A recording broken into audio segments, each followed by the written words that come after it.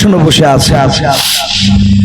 কিতাবে লিখেছে আল্লাহ বলছেন আমি সুলাইমানকে আমার বাতাস আমি তাবে করে দিয়েছিলাম।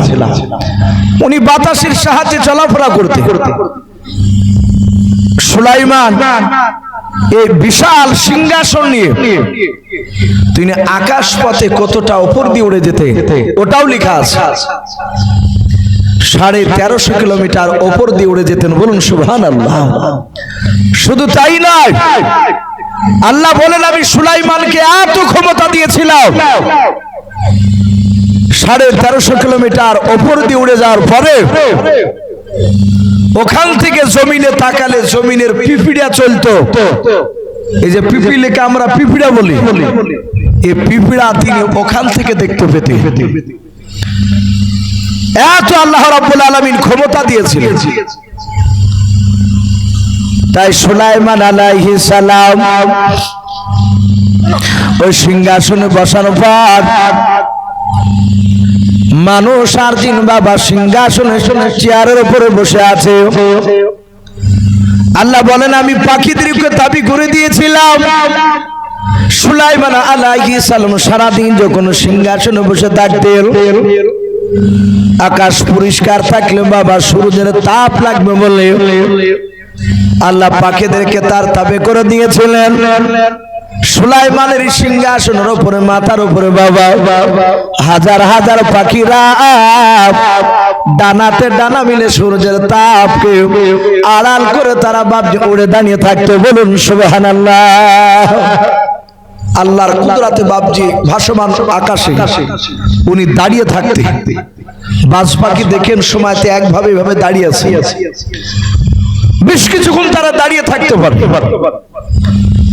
আবার ওই পাখিগুলো এইভাবে বাবজি ডানা লড়ায়ও না, একদম মনে হচ্ছে একদম স্ট্রিট হয়ে দাঁড়িয়ে আছে, ভাসছে কিংবা চলে যাচ্ছে। পাখিরা সারা দিন বাবজি সূর্যের তাপ আড়াল করে দাঁড়িয়ে থাকতো। সূর্য যেদিন বাবজি তাপ হতো না, আকাশে মেঘ থাকতো, তখন আর পাখিরা ওখানে থাকতো না। সুলাইমানের কাছ থেকে হুকুম নিয়ে তারা আপন আপন চলে যেত। তাই নবী সুলাইমান ভ্রমণ করতে যাবেন, ঘুরতে যাবে। তাই কিতাবে লিখেছে, কোরআন শরীফে এসেছে সুলাইমান কি বললে, ওয়াহশিরা লিসুলাইমান জুনুদুহু মিনাল জিন্নি ওয়াল ইনসি ওয়াত তায়রি ফাহুম ইউজাউন।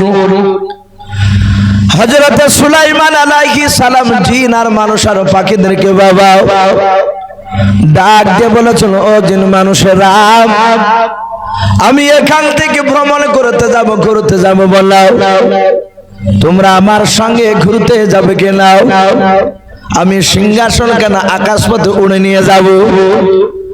জিন আর মানুষ আর পাখিরা সবাই মিলে বাপজি চিৎকার করে বলেছিল ও নবী সুলাইমান আপনি চিন্তা করবেন না, আপনাকে আমরা সকলেই নবী বলে মানি গো, বাদশা বলে মানি। ও নবী সুলাইমান আপনি যেই দিকে নিয়ে যাবেন সেই দিকে আমরা যেতে রাজি আছি। আল্লাহর নবী সুলাইমান আলাইহিস সালাম বাতাসকে বাবা ইশারা করে ডাক দিয়ে বলেছিলেন ও বাতাস আমার বিশাল বড় সিংহাসন কেন তুমি আকাশ পথে তুমি উড়ে নিতে চলাও, উড়ে নিয়ে চলো। বাতাসে বাপজি উড়ে নিয়ে যেতে শুরু করে দিলাম। ওই 1350 কিলোমিটার ওপর দিয়ে সুলাইমান আলাইহিস সালাম তিনি বাবা আকাশ পথে উড়ে চলে যাচ্ছিলেন।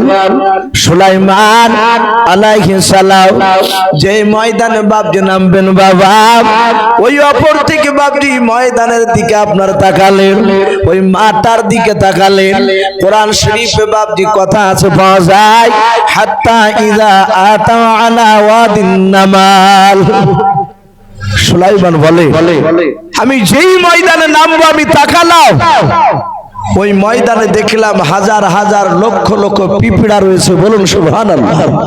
ওই ময়দানের ভিতরে সবাই ময়দানের উপরে ঘোরাফেরা করছে পিঁপড়া। সুলাইমান আলাইহিস সালাম আমি বাতাসকে বললাম ওই ময়দানে পিঁপড়া দেখতে পাওয়া যাচ্ছে ওখানে নামা। বাতাস বলল হুজুর অসুবিধা নাই। আমি নামিয়ে দিব। সুলাইমান আলাইহিস সালাম বলেন আমি দেখে নাও আমার সিংহাসন যখন ওই ময়দানের দিকে যাচ্ছিল আমি ময়দানের দিকে লক্ষ্য করে দেখলাম হাজার হাজার পিঁপড়ার মধ্যে থেকে বাবা একটা পিঁপড়া এভাবে সুলাইমানের দিকে অপর দিকে বাপ যে মাথা উঁচু করে দেখলাম। দেখার পর ওই পিঁপড়াটা আবার নিচু দিকে মুখ করে কি যেন গুনগুন করে বলল।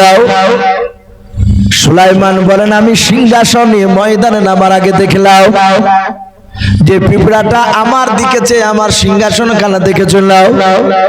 ওই পিঁপড়াটা কি যেন বলল আমার সিংহাসন আমার আগে দেখলাম। হুড় হুড় করে লক্ষ লক্ষ পিঁপড়া সবাই তারা আপন আপন গর্তে চলে গেল। বলুন সুবহানাল্লাহ। সব গর্তে, শুধু একটা পিঁপড়া ওই যে পিঁপড়াটা অপর দিকে তাকিয়েছিল ওই পিঁপড়াটা মাটির ওপরে দাঁড়িয়ে। বাপজি আমার সোনা লালেরা, সুলাইমান আলাইহিস সালাম সিংহাসন থেকে একাই নামলেন। নামার পর দেখছেন ময়দানে পিঁপড়াটা একাই দাঁড়িয়ে। সুলাইমান কাছে গেলে, কাছে যাওয়ার পর পিঁপড়াটাকে এভাবে ডান হাত দিয়ে ধরলে, ধরে বাম হাতের তালু তো নিলেন হাতের উপরে। মুফাসসিরিন কেরাম লিখেছেন পিঁপড়াটা কত বড় ছিল। বাপজি আমরা দুনিয়াতে তীরমোহনীতে বলে, বেলনাগায় বলেন কয়েক রকমের পিঁপড়া দেখতে পায়। একটা পিঁপড়া দেখেন আপনার ওই মরা খেকে পিঁপড়া বলে, লাল পিঁপড়া গুলো ছোট ছোট পিঁপড়া পায় কামড়ায় খুব বিষ। আর একটা পিঁপড়া দেখবেন বাপজি ওকে বা মস্তান বলে আমাদের এলাকায়। লাল পিঁপড়া আপনার ওই কাঠে শিমল গাছে থাকে, লাল পিঁপড়ে ওটাকে কাঠ পিঁপড়ে বলে। অত যদি বাপজি চোখে যদি একবার কামড়ে দেয় তো দেখে মনে হবে যে কানা দাজ্জাল, এমন ভাবে ফুলে যায়। আর একটা পিঁপড়ে আছে দেখবেন কালো মোটা মোটা, ওরা বা মুখ এরকম করে হা করে ধরলে বিলেটের মতন কেটে নেয়, ওটাকে ডাহে পিঁপড়া বলে আমাদের এলাকায়। আর একটা পিঁপড়ে আছে বাপজি কালো ছোট ছোট সর্ষেটা পিঁপড়া বলে, ও কামড়ায় না, ও গায়ে উঠে উঠলে বাপজি সুসুর করে শুধু। আল্লামা কামালউদ্দিন দামিরি রহমাতুল্লাহ আলাইহি বলেন শুধু পিঁপড়ার ব্যাপার নেই, উনি বলেন গোটা পৃথিবীতে আল্লাহ পিঁপড়া ৬০০০ রকমের আছে। বলুন সুবহানাল্লাহ। ৬০০০ রকমের, আমরা কয়েক রকম দেখতে পাই। তাহলে পিঁপড়াটা কোন পিঁপড়া কত বড় ছিল? মুফাসসিরিন কেরাম লিখেছেন পিঁপড়াটা ছিল একটা মুরগির সমান। একটা মুরগি হাতে তালুতে নেওয়া সম্ভব না অসম্ভব? কথা বলে সম্ভব। সুলাইমান পিঁপড়াটাকে নিয়ে পিঁপড়াকে ডাক দিয়ে বলে, এই পিঁপড়া, এই পিঁপড়ার ভাষায় বল তুই আমার সিংহাসন দিকে তাকিয়ে তোর প্রজাদেরকে কি বললি? পিঁপড়া আশ্চর্য হয়ে বলছে, ওগো নবী সুলাইমান, পিঁপড়ার ভাষায় যে আপনি আমার ভাষা বলতে পারে? পিঁপড়া বলছে না। সুলাইমান বলেন আমি তোর ভাষা বলতে পারি, বুঝতে পারি। এই পিঁপড়া, এই বল তুই আমার সিংহাসন খানা দেখে তুই কি বলেছিলি, একটু তাড়াতাড়ি বল।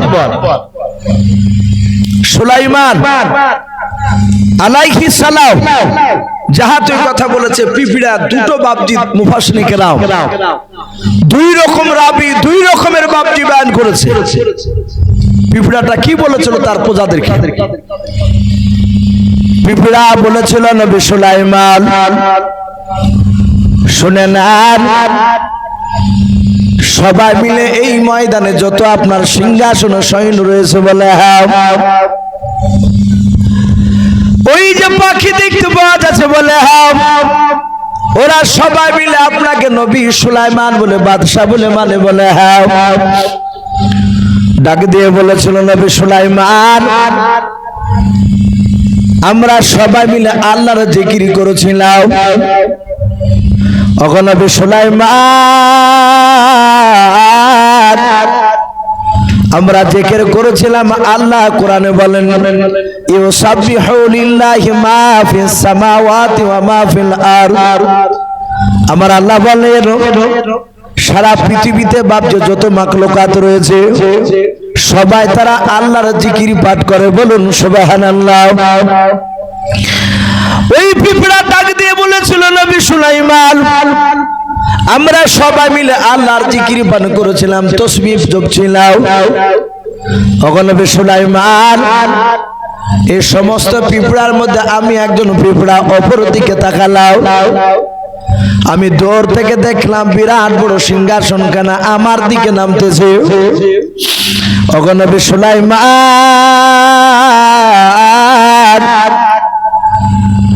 আমি মনে মনে চিন্তা করলাম আমার সৈন্যরা, আমার প্রজারাও আপনার এত বড় বিশাল সিংহাসন খানা যদি একবার দেখে না তাহলে শুনে নেন ওরা হয়তো আল্লাহর জিকির থেকে বঞ্চিত হয়ে যাবে। ওগো নবী সুলাইমান, আমি তাদেরকে গর্তে যেতে বললাম, তারা সবাই মিলে গর্তে চলে গেল। আপনার সিংহাসন কেন তারা দেখতে পেল না, আল্লাহর জিকির থেকেও তারা বঞ্চিত হলো না, বলুন সুবহানাল্লাহ। মুফাসসির কেরাম বলে এই পিঁপড়ার এই কথাটা শুনে আল্লাহ রাব্বুল আলামিন খুশি হয়ে ওই কোরআন শরীফে পিঁপড়ার নামে সূরা পাঠালেন, বলুন সুবহানাল্লাহ। এই 19 পারায় ওই সূরাটার নাম হচ্ছে সূরাতুন নামাল। আরবিতে বাপজি সৌদির লোকেরা ওরা পিঁপড়াকে বাপজি নামলা নামলা করে, নামলাতুন মানে পিঁপড়া, ওই পিঁপড়া নামে সূরা পাঠালে। কোরআন শরীফে যেমন বাপজি হাতির নামে সূরা আছে, সূরা ফিল, আলাম তারা কাইফা ফাআলা রাব্বুকা বিআসহাবিল ফিল, এই সূরাটার নাম হচ্ছে হাতির সূরা। আর একটা সূরা আছে কোরআন শরীফে মাকড়সার নামে, অনেকে হয়তো মানে জানে না তাই বুঝতে পারেন না। 114টা সূরার মধ্যে একটা সূরা আছে আনকাবুত। সূরাটা কোরআন শরীফে এসেছে। এই আনকাবুত শব্দের অর্থ হচ্ছে বাপজি মাকড়সা। হযরত সুলাইমান আলাইহিস সালাম তার সাথে কথা বলছিলেন। পিঁপড়া আরেকজন নবী লিখেছেন, পিঁপড়া আরেকটা কথা বলেছিল। কি বলেছিল? বলেন নবী সুলাইমান, আমি জানি আপনার সিংহাসন খানায় কেন নামতে ছিল, অত প্রচুর সৈন্য আছে, এত বড় সিংহাসন খালি আসবে না। নবী গো, আমি এই ময়দানে যত পিঁপড়া আছে এদেরকে আমি সব নেতৃত্ব দান করি, বলুন সুবহানাল্লাহ। আমি তাদেরকে পরিচালনা করি। আপনি যেমন বাদশাহ, আপনার কথা অনুযায়ী ওরা চলে, এরা আমার কথা অনুযায়ী চলে। ওগো নবী সুলাইমান, আমি চিন্তা করলাম আমি এদেরকে পরিচালনা করি, দেখাশোনা করি, আর আমি দেখেছি সিংহাসন, আমরা একেবারে ক্ষুদ্র প্রাণী, ছোট প্রাণী। আপনার সিংহাসন নামার পরে সিংহাসন থেকে নেমে সৈন্যরা যখন মাটিতে চলাফেরা করবে, আমাদের পেটের উপর পা পড়লে আমরা পাটাস পাটাস করে মারা যাব। ওগো নবী সুলাইমান, তাই আমি আমার প্রজাদেরকে সতর্ক করে দিয়েছি, তোমরা গর্তে চলে যাও। তারা আপনার সৈন্যর পায়ে তল থেকে তারা বেঁচে গিয়েছে। যদি মারা যায় 2-4টা পিঁপড়া, তাহলে কিয়ামতের ময়দানে আমাকে জবাব দেওয়া লাগবে, জোরে বলুন সুবহানাল্লাহ। একটা পিঁপড়া বলছি। এখান থেকে বাপজি মুফাসসির কেরাম লিখেছে, দেশে যদি বাপজি শিরকের কাজ হয়, বেদাত যদি কাজ হয়, দেশের মোড়লরা যদি বাপজি প্রতিবাদ না করে, কিয়ামতের ময়দানে দেশের মোড়লদেরকে কাঠগড়ায় দাঁড় হতে হবে, বিচার দেওয়া লাগবে। এখন বাপজি কথা হচ্ছে যে পিঁপড়া নবী সুলাইমানের সাথে কথা বললো, এই পিঁপড়াটা বেটা ছেলে না মেয়ে ছেলে জানা আছে বাপ আপনাদের? কিন্তু বাপজি কোরআন শরীফে পিঁপড়াটা বেটা ছেলে না মেয়ে ছেলে তা আল্লাহ বলে দিয়েছে। আপনারা জানেন আমরা অনেকে হানাফি করি না? ইমাম আজম আবু হানিফা রাহমাতুল্লাহ আলাইহ, তিনি এত বড় বাপজি আপনার ফকিহ ব্যক্তি ছিলেন, এত আল্লাহওয়ালা ছিলেন, এত পণ্ডিত আলেম ছিলেন। ওনার জীবনীতে লিখেছে উনি দুনিয়ার বুকে জিন্দা অবস্থায় আল্লাহ রসুলের বাপজি 8 জন সাহাবাকে দেখেছিলেন। বলুন সুবহানাল্লাহ। 8 জন বিশ্ব নবীর সাহাবাকে দেখেছে, যে সাহাবারা নবীর সাথে কথা বলেছে, নবীর পেছনে নামাজ পড়েছে। এই যে কারি সাহেব বসে আছে, আমরা কথা বলছি, ছোট ছোট বাচ্চা ছেলেরা আমাদেরকে দেখছে। আমরা ইন্তেকাল করার পর ওদের বাচ্চারাও, ওরা তার আমাদেরকে দেখতে পাবে না, আমরা তার বেঁচে থাকবো না। তা আবু হানিফা রাহমাতুল্লাহ আলাইহি নবীজির কমসে কম 8টা সাহাবাকে দেখেছিলেন। ওনার যখন 8 বছর বয়স, 8 ছোট্ট ছেলে, ওনার দাদুর সাথে বাপজি ইরাকের সরজমিনে একটা সভা হচ্ছিল। আল্লাহ রসুলের একজন সাহাবা এসেছিলেন, হাজার হাজার মানুষ এখানে জমায়েত হয়েছে। আল্লাহর নবীর সাহাবা বললেন বক্তব্য দিতে দিতে, আমি 5 মিনিট সময় দিচ্ছি, তোমরা আমাকে প্রশ্ন করো, আমি ইনশাআল্লাহ উত্তর দিব।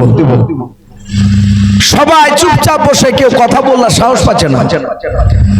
এই ছোট্ট ছেলে সুলাইমান নয়, ইমাম আজম আবু হানিফা রাহমাতুল্লাহ আলাইহি ওনার দাদুর সাথে পাশে বসে আছে, 8 বছর বয়স। ও দাদু সাহস পাচ্ছে না। তে বাচ্চা ছেলেটা তাকে দেখলো, কেউ তো কথা বলে না। আবু হানিফা বললেন, দাদু ওই নবীর সাহাবাকে জিজ্ঞাসা করুন যে আল্লাহর নবী সুলাইমান আলাইহিস সালাম দুনিয়াতে জিন্দা অবস্থায় একটা পিঁপড়ার সাথে কথা বলেছিলেন। ওই পিঁপড়াটা বেটা ছেলে ছিল না মেয়ে ছেলে ছিল? ভাবতে পারে? ছোট্ট 8 বছরের ছেলে কত বড় ক্রিটিক্যাল প্রশ্ন বাপজি করেছে। ওর দাদা উঠে বাপজি বলে দিয়েছে। সাহাবা বলেন, এই কে প্রশ্ন করলে? উনি থরথর করে কাঁপতে কাঁপতে বলছেন, হুজুর আমি। বলে তুমি জানো? বলে আমি জানি না, আর আমি করতে উঠেছিলাম না, আমার এই ফুসকে লাতি আমাকে বলতে বললো। সাহাবা বললেন, দাঁড়াও ধুনি। আবু হানিফা রাহমাতুল্লাহ আলাইহি তিনি দাঁড়ালেন।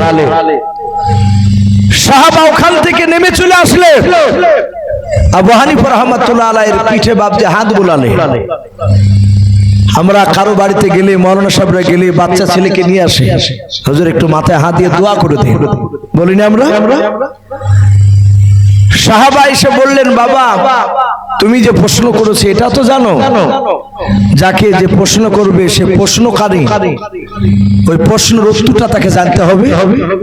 তুমি কি পারবা? ওই পিঁপড়াটা বেটা ছিলে না মেয়ে ছিলে? আবু হানিফা বলছেন, হুজুর যদি আপনি আমাকে হুকুম করেন তাহলে আমি কোরআন থেকে প্রমাণ করে দেব। বলুন সুবহানাল্লাহ। আবু হানিফাকে বললেন, বাবা তাহলে বলো ওই পিঁপড়াটা বেটা ছিল না মেয়ে ছিল?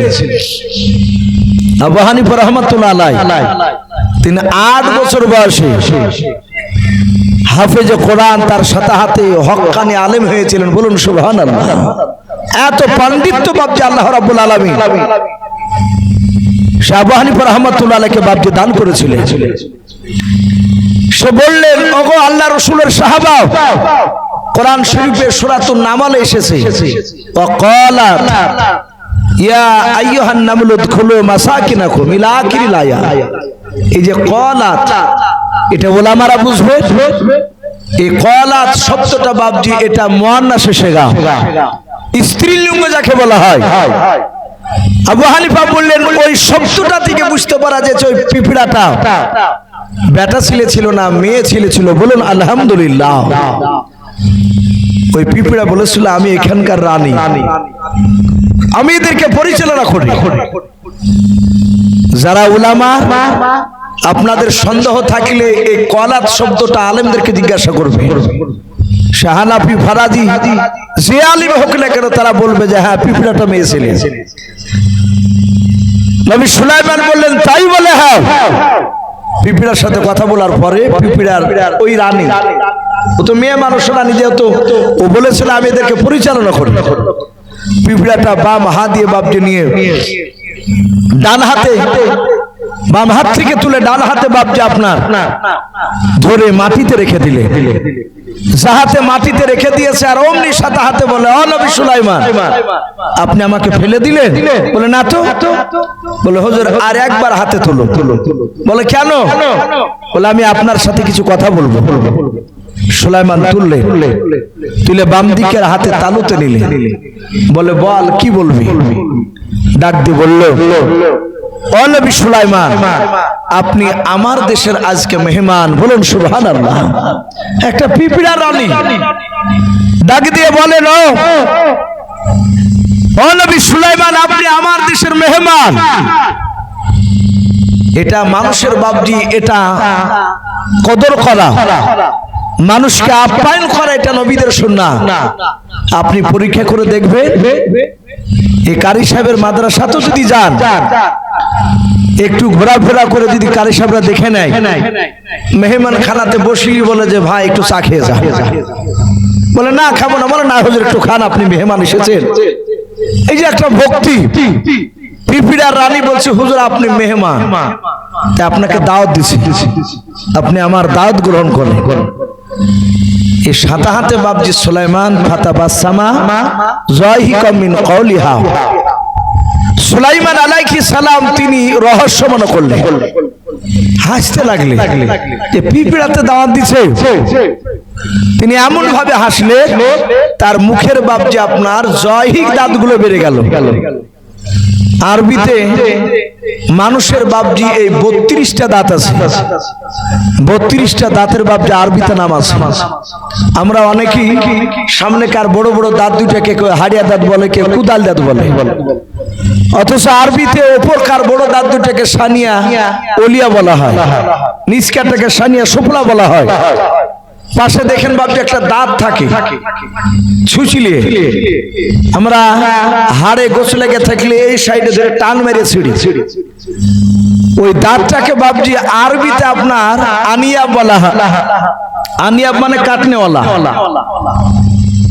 সময় সময় নিজের জীব বাপজি এমন করবে করে ওই ছুচিলা দাঁতে পড়ে যায়, খস করে লাগে, অমনি বাপজি দেখা যায় ভাতের কাড়ার সাথে বাপজি রক্ত বেরিয়ে গেছে। তখন এইভাবে চাপিয়ে ধরে থাকে গালকে, এত জোরে লাগে। ওই দাঁতটার দুটো দাঁতের পরে জয়হিক দাঁত রয়েছে, নাওয়াজিজ রয়েছে দাঁতে না। তো সুলাইমান হাসতে লাগলো। সুলাইমান বললেন, এই পিঁপড়া, তুই কাকে দাওয়াত দিছিস? সুলাইমানকে বললেন, আপনাকে দাওয়াত দিছি। নবী বললেন, শুধু আমাকে একাই দাওয়াত দিলে তো হবে না, ওই দেখো আমার পাখি আছে, মানুষ আছে, জিন আছে, 6 লক্ষ সৈন্য আছে। পিঁপড়ার রানী বলল, হুজুর সবারই দাওয়াত থাকলো। বলুন সুবহানাল্লাহ। সবাইকে দিলাম। এটা গল্প বলছি না ভাই। আল্লাহর নবী সুলাইমান আলাইহিস সালাম চুপ করে বসে আছেন, দেখি কি খাওয়ায়। পিঁপড়া রানী দাওয়াত দিয়ে ভিতরে চলে গেল। গর্তের ভিতরে যাওয়ার পর কয়েকটা দেখছে বাপজি পিঁপড়াতে একটা খাঞ্চা বড় বাসনে পিড্ডি ভাজা করে নিয়ে আসলে, ছোট ছোট বাপজি ফড়িং এর মতো পিড্ডি ভাজা করে নিয়ে এসে পিঁপড়া রানী পেছন পেছন আসছে। ও যে রানী, ওর মর্যাদা আছে তো ওদের মধ্যে, নিয়ে এসে সুলাইমানের সামনে রাখলে। সুলাইমানকে পিঁপড়া রানী ডাক দিয়ে বলেছিল, হুজুর আপনি খান, আপনার সৈন্যদেরকে খেতে বলুন, কিন্তু খাওয়ার আগে একটা কথা শুনুন। বলে কি? বলে সবাই মিলে বিসমিল্লাহ বলে খাবেন। বলুন আলহামদুলিল্লাহ। কে বলেন বিসমিল্লাহ বলতে কথা বলেন? পিঁপড়া। তাহলে এখান থেকে বোঝা যাচ্ছে বিসমিল্লাহ সুলাইমান নবী আলাইহিস সালামের জামানাতে চালু ছিল। বিসমিল্লাহর অনেক ফজিলত বাপজি, আমাদের আমল নেই, আমল নাই বলে বাপজি আজকে বাতিলের শক্তি আমাদের মাথার উপর চলে যাচ্ছে, আমরা দুর্বল হয়ে যাচ্ছি। অনেক মানুষ বাপজি ভাত খেতে গিয়ে বিসমিল্লাহ তো বলেই না, আবার অনেকের খাওয়ার পরে ঢেকুর উঠে আলহামদুলিল্লাহ শব্দটা বাড়ায় না তাই। অথচ বাপজি নবী বলেছেন, কেউ যদি প্রতিটা কাজের শুরুতে বিসমিল্লাহ বলে, তার মাউত হবে কলেমা পড়তে পড়তে, বলুন সুবহানাল্লাহ। আচ্ছা বলেন বাপ, আমাদের মনের এটা তামান্না, এটা আমাদের আশা নাই? হে আল্লাহ, কিছু চাইলাম, তুমি মাউতের সময় কলেমা পড়তে পড়তে আমাদেরকে দুনিয়া থেকে বিদায় দিও। এ দোয়া সবাই করে আমরা, এই কলেমা সবারই মুখ দিয়ে বেরোবে না। আল্লাহ নবী বলেছেন, যারা কলেমা পড়তে পড়তে ইন্তেকাল করবে তাদের জন্য আমি রাসূল জান্নাতের সুপারিশ করব। আর কথা বলে নবী যার জন্য জান্নাতের সুপারিশ করবে, আল্লাহ তাকে জান্নাত না দিয়ে থাকতে পারবে? কথা বলে আল্লাহ রাসূলের কথাকে আল্লাহ কবুল করবে। এই জন্য ওলামারা লিখেছেন, কলেমা পড়তে পড়তে ইন্তেকাল করলে তার ভাগ্য ভালো। আমার বিশ্ব নবী, রহমতের নবী বলে, বিসমিল্লাহ যদি প্রতিটা কাজের শুরুতে সে ব্যবহার করে, তার জীবনে রুজির অভাব হবে না। সম্মানিত ভাইরা আমার, বাবা জীবনেরা, নবী সুলাইমান বিসমিল্লাহ বলে খেতে লাগলেন, তার প্রজাদেরকে খেতে বললেন, আল্লাহ এত বরকত দিলে, ওই টিড্ডির রান গুলো বাপজি সবাই খেতে পারে নাই। বলেন আলহামদুলিল্লাহ। এত বরকত আল্লাহ পারেন কি পারেন না? কথা বলে আল্লাহ সব পারে। আমরা সকলেই বাপজি কয়েকদিন থেকে শুনছি, ফিলিস্তিনের মধ্যে বাপজি গাজার মধ্যে একটা গ্রাম রয়েছে ফারা নামক গ্রাম। ওই গ্রামে একটা মানুষও বাপজি আর জিন্দা বেঁচে নাই। ইসরায়েল ইহুদি কুত্তার বাচ্চারা তারা আপনার ক্লোরিন বোমা, বিষাক্ত বোমা, গ্যাস টাইপের, ওখানে মানুষ থাকলে পচে পচে মারা যাবে, মানুষ অজ্ঞান হয়ে মারা যাবে গ্যাসে। এই ক্লোরিন বোমা তারা টন টন বাপজি ওখানে ফেলেছে। সেই ফিলিস্তিনের মানুষেরা, গাজার মানুষেরা, গোটা পৃথিবীর মুসলমান দেশগুলো বাপজি সবাই নীরব, সবাই চুপচাপ। কারণ বেশিরভাগ বাপজি নয়, প্রায় দেশের বাপজি মুসলমান বাদশা যে দেশে আছে, সেসব বাদশাগুলো বাপজি সবাই বিক্রি হয়ে গেছে, ঈমান দুর্বল হয়ে গিয়েছে। তাই একটা যুবক, ফিলিস্তিনের যুবক, সে বক্তব্য দিতে দিতে বলছে সাংবাদিকের সামনে, আমরা মৃত মানুষের কাছে সাহায্য চাই না। গোটা পৃথিবীর মানুষকে তারা বলছে মৃত, জিন্দা হলে তো সে লড়তো, এক মুসলমানের জন্য আর এক মুসলমান ঝাঁপে পড়তো। অথচ সারা পৃথিবীর মুসলমান, মুসলিম দেশগুলো বাপজি সবাই চুপচাপ। সৌদি আরব কেক কাটছে, লাচেলেছে, আনন্দ করে কেক কেটে খাচ্ছে, কিছু বলে নাই। তাই বলছে গোটা পৃথিবীর মানুষ এরা মৃত হয়ে গেছে, আর আমরা মৃত মানুষের কাছে সাহায্য চাই না। যুবক বলে, আমরা শুধু চেয়ে আছি, ওগো আল্লাহ তুমি খুব তাড়াতাড়ি ইমাম মেহেদীকে পাঠিয়ে দাও। বলুন আলহামদুলিল্লাহ। আবার বলছেন, আল্লাহ তোমার আবাবিলের পাখির অপেক্ষায় আছে, তুমি আবাবিল পাখি পাঠিয়ে দিও, আমার গাজা ফিলিস্তিনের মা বোন বাপজি ভাইদেরকে তুমি আমাদেরকে হেফাজত করো। আমরা দোয়া করি আল্লাহ যেন আর একবার আবাবিল পাখি দিয়ে ওই ইসরায়েলদেরকে যেন ধ্বংস করে দেয়। বলুন আল্লাহুম্মা আমিন। বাপজি আমার সোনা লালেরা, আমি বলছিলাম আমল আমাদের কাছে নেই, আল্লাহ সব কিছু করতে পারে। রাসূলের একজন সাহাবা জাবের রাদিয়াল্লাহু তাআলা আনহু, নবী 3 দিন ধরে খেতে পাই নাই, রাসূলের পাঞ্জাবির তলে পাথর বাঁধা আছে। জাবের সাহাবা দেখেছে, নবীকে পার্সোনাল লুক করে দাওয়াত দিলেন। একটা ছোট্ট ছাগলের বাচ্চা ছিল, জবাই করে রান্না করেছে, 2.5-3 কেজি বাপজি গমের আটা রুটি তৈরি করেছে। রাসূল দাওয়াত দিয়েছেন শুধু জাবেরকে নয়, জাবের দাওয়াত দিয়েছে রাসূলকে। সাহাবা বলেন, আমি দেখলাম নবী 70 জন সাহাবাকে নিয়ে হেঁটে চলে যাচ্ছে। নবী জানেন আমি 4 দিন খেতে পাই নাই, 3 দিন খেতে পাই না, আমার এখানে অনেকগুলো সাহাবা আছে, তারা 10 দিন 12 দিন খেতে পাই না, তারা তো পাথর বেঁধে রেখেছে। জাবির সাহাবার স্ত্রী বলেছিল, আপনি কি পাগল হয়ে গেছেন নাকি? বলে না তো। বলে আপনাকে বলেছে নবীকে একা দাওয়াত দিবেন, আর আপনি কতজনকে দাওয়াত দিয়েছেন? জাবের সাহাবা বলেছিল, বিবি শুনে নাও, আমি আল্লাহর নবীজিকে পার্সোনাল দাওয়াত নিয়েছে, আল্লাহর নবী বাপজি যার পর দেখলেন জাবেরের বাপজি আপনার চেহারাটা বাপজি ভালো লাগে নাই, চরম চিন্তিত। মাত্র 3-4 জনের খাবার, এইভাবে তো সবাইকে বাপজি ম্যানেজ করতে পারা যাবে না। আল্লাহ রাসূল বলেন, ওরে জাবির সাহাবা শুনে নাও, তোমার চেহারাটা কেন মলিন দেখা দিছে বললাম, কেন চিন্তিত মনে হয়? নবীকে পার্সোনাল ডেকে বলেন, হুজুর এতগুলো সাহাবা তো আমি খাবার দিতে পারবো না। নবী সব শুনলেন। নবী বলেন, শাহবাব গোস্তের হাড়িটা তুমি নিয়ে এসো, রুটির টুকরাটা তুমি নিয়ে এসো, হাতে নিয়ে আসো। আল্লাহর নবী জনাবি মুহাম্মদ রাসূলুল্লাহ সাল্লাল্লাহু তাআলা আলাইহি ওয়াসাল্লামের সাহাবা জাবির রাদিয়াল্লাহু তাআলা তিনি বলেন, আমি দেখলাম নবী আমার ওই মুখ থেকে বাপ যে একটু থুতু বের করলেন, নালা বের করলেন। এ শাহাদাত আঙ্গুল দিয়ে নবীর থুতু কানা একটু লাগেনি, আর ভার গোস্তের হাড়ির ভিতরে নবী আমার হাত ভরে দিলেন। বরকতময় বাপ যে হাত খানা দিয়ে ওই থুতু খানা গোস্ত একটু লাগিয়ে দিলেন। সাহাবা বলে দেখলাম আল্লাহর নবী আর একটু থুতু বের করে রুটিতে লাগিয়ে দিলেন। নবী বলেন, ওরে জাবের সাহাবা যা যাও, ঢাকনা তুমি একেবারে তুলবা নাও, ঢাকনা একটু ওঠানোর পর তুমি হাতা ভরে তুমি গোস্ত বের করবা, রুটি বের করবা, শাহবাদরিকে খেতে দাও। শাহবারা বাপজি এত খাবার বাপজি পেট ভরে তৃপ্তি সহকারে খেলাম, প্রতিটা শাহবা বাপজি ঢেকুরে তুললাম। আল্লাহর নবী বাপজি দোয়া করে দিয়ে চলে গেলাম। শাহবা জাবের বলেন, দেখলাম আমি যখন নবীজির শাহবাদরিকে যেতে দেখলাম, তারপরে আমি ঢাকনা তুললাম গোস্তের হাড়ি থেকে, ওই রুটির ডাগরা থেকে আমি ঢাকনা খানা তুলে দেখলাম আমার যতটা আটা রুটি আমি প্রথমে বানিয়েছিলাম অতটাই রুটি রয়েছে, যতটা গোস্ত ছিল হাড়িতে দেখেছিলাম এক পিচ গোস্ত কমে নাই। বলুন সুবহানাল্লাহ। এ ছিল রাসূলুল্লাহর বরকত। আল্লাহ রাব্বুল আলামিন সব কিছু করতে পারে।